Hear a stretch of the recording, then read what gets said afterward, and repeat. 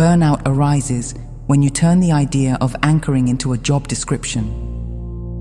I must constantly clear this land, hold this grid, protect these people, blast light 24/7. This orientation is heavy because it is built on the belief that everything depends on you. It does not. The Earth has her own connection to Source. The grids are being supported from many dimensions. You are a contributor, not the sole provider. You can make your role sustainable by remembering that the light you are anchoring is intelligent and self-sustaining. You do not have to carry it. It carries itself. Your task is simply to stop blocking it.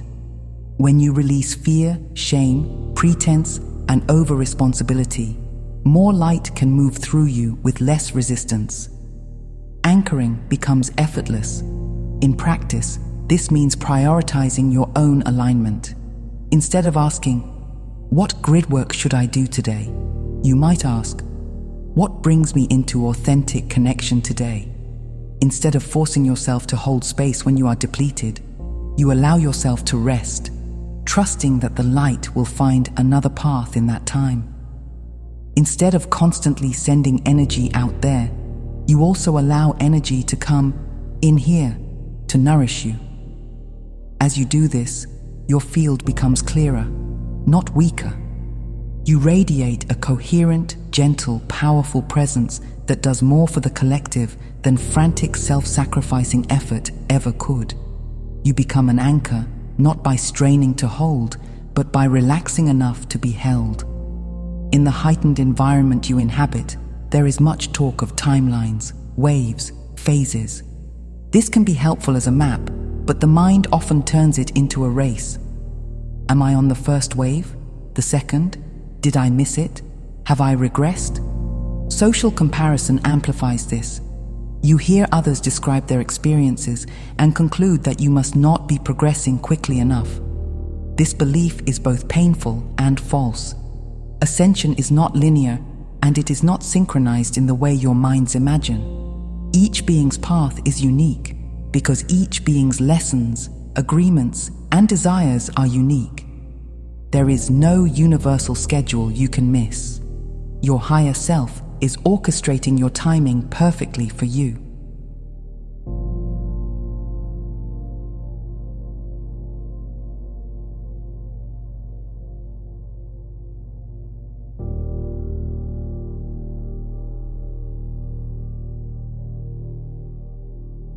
Burnout arises when you try to force yourself to progress at a pace that is not your own. You may take on practices, diets, disciplines, or outer identities that do not fit your system, simply because you think you should be further along. This misalignment drains you. You are running someone else's race in someone else's shoes. You cannot fall behind in a process that is being run by your own higher self. You can only fall out of trust. When you reconnect with the knowing that you chose this life, this timing, these challenges, and these gifts, you can relax into your own rhythm. Instead of asking, "Am I doing enough?" you can ask, "Am I listening enough?" Instead of measuring your progress by outer signs, visions, sensations, labels, you can measure it by inner markers. Am I kinder to myself than I used to be? Am I more willing to feel? Am I more honest? These are profound indicators of evolution. When you release the idea that you must keep up with some invisible standard, you free enormous amounts of energy. That energy can then flow into genuine curiosity, creativity, and presence. Ascension becomes an intimate relationship with yourself and Source, not a performance for an external audience. In that intimacy, burnout has no foothold. The solar storms you are experiencing are powerful amplifiers. They can heighten intuition, creativity, psychic perception, and inner guidance. When you meet them with openness, they become a source of empowerment. Ideas arrive more readily. Insights land more clearly. Synchronicities increase. However, when you interpret these amplified states as obligations, I must act on every insight immediately. I must create more. I must produce. I must capitalize on this energy. You turn inspiration into pressure. What was meant as a gift becomes another task. This shift from receptivity to obligation is subtle but significant. It is one of the ways burnout creeps into spiritual life. Remember starseeds. The energies are not assignments. They are invitations. You are free to say yes or no. You are free to let an idea marinate. You are free to feel the heightened access and still choose to rest. Your worth is not measured by how much you produce with each wave.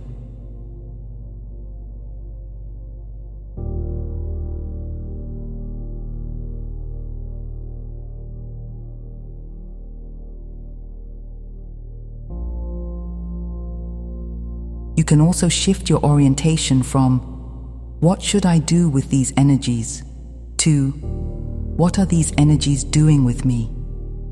See yourself as clay in the hands of a loving artist. The solar flares are part of that sculpting force. They are shaping your nervous system, your perception, your capacity for love. Instead of striving to harness the energies, you can explore how they are changing you from within. Perhaps you notice you are more sensitive to dishonesty, more compelled to speak truth, more moved by beauty, less tolerant of self-betrayal. These are profound transformations. They need time and space to integrate. When you let the energies sculpt you, rather than trying to sculpt yourself with them, you take a more humble, receptive, and realistic posture. You avoid overextension. You respect your limits. You treat the process as relational rather than transactional. In this way, solar activity becomes a partner in your empowerment, not a source of exhaustion. As the energies intensify, old survival programs are illuminated. These are patterns that once served you: hypervigilance, people-pleasing, overworking, self-abandonment, control.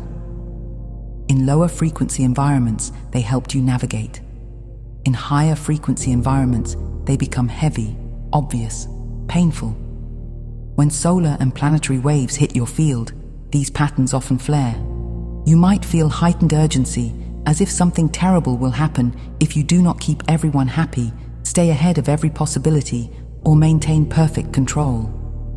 Your nervous system is reacting as if these behaviors are still necessary for survival. Burnout emerges when you obey these programs in a context where they are no longer appropriate. You spend energy managing imagined threats instead of responding to real needs. You run old scripts in a new play. This is exhausting and confusing. You can begin to dissolve these programs by acknowledging their origins and thanking them for their service. This urgency is an old protector. It believes I must overwork to be safe. It kept me alive in harsher times. But I am in a different environment now. This acknowledgement softens resistance and opens space for change.